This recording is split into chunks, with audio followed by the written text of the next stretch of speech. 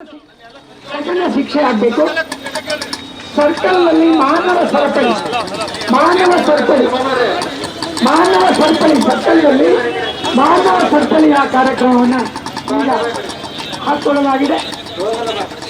ತಪ್ಪಿತಸ್ಥರಿಗೆ ಕೊಲೆ ಮಾಡಲಾದ ತಪ್ಪಿತಸ್ಥರಿಗೆ ಕಠಿಣ ಕಾನೂನು ಕ್ರಮ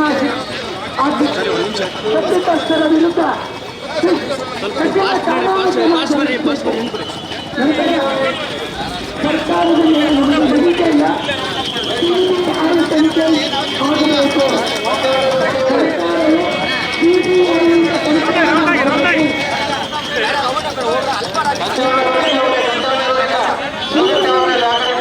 ಮಾಡ್ತಾರೆ ರೌಂಡ್ ಇಲ್ಲ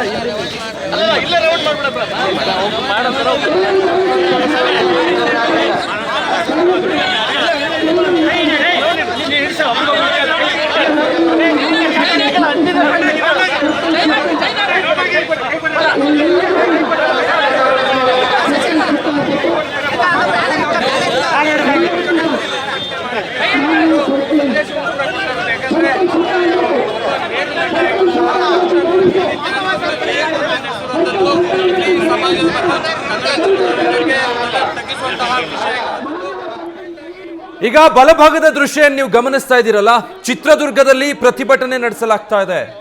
ವಿವಿಧ ಸಂಘಟನೆಗಳು ಇವತ್ತು ಈ ಪ್ರತಿಭಟನೆಗೆ ಮುಂದಾಗಿರೋದು. ಅಲ್ಲಿ ಒಂದು ಮೆರವಣಿಗೆ ಸ್ವರೂಪದಲ್ಲಿ ಪ್ರತಿಭಟನೆ ಬಂದು ಮಾನವ ಸರಪಳಿ ನಿರ್ಮಿಸೋದಕ್ಕೆ ಮುಂದಾಗಿದ್ದಾರೆ. ಅವರು ಆಗ್ರಹಿಸ್ತಾ ಇರೋದು ಈ ನೀಚರಿಗೆ, ಈ ಕೊಲೆಗಡುಕರಿಗೆ ಕಠಿಣ ಶಿಕ್ಷೆ ಆಗಬೇಕು.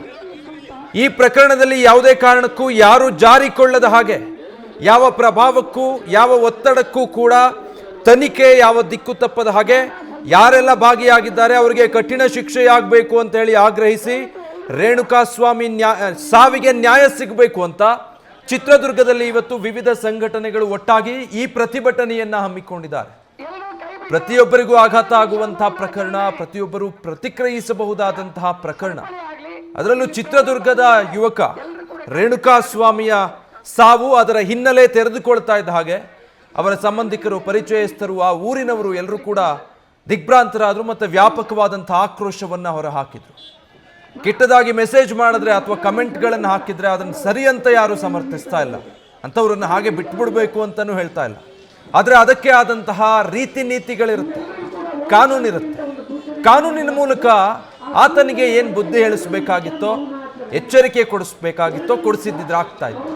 ಅವ್ರ ತಂದೆ ತಾಯಿ ಕೂಡ ಅದನ್ನು ಹೇಳ್ತಾರೆ. ಒಂದು ವಾರ್ನ್ ಮಾಡ್ಬೋದಿತ್ತು, ಪೊಲೀಸರಿಗೆ ಹೇಳಿದ್ದಿದ್ರೆ ಅವರೇ ಒಂದು ವಾರ್ನ್ ಮಾಡಿ ಬಿಡ್ತಾ ಇದ್ರು, ಇನ್ನೊಂದ್ಸಲ ಹೀಗೆ ಮಾಡಿದ ಹಾಗೆ ಭಯ ಹುಟ್ಟಿಸಿ ಬಿಡ್ತಾ ಇದ್ರು ಅಂತ.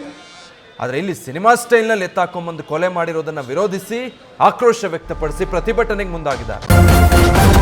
ನ್ಯೂಸ್ ಫಸ್ಟ್, ನಿರ್ಭೀತಿಯಿಂದ ನಿಮ್ಮ ಪರವಾಗಿ.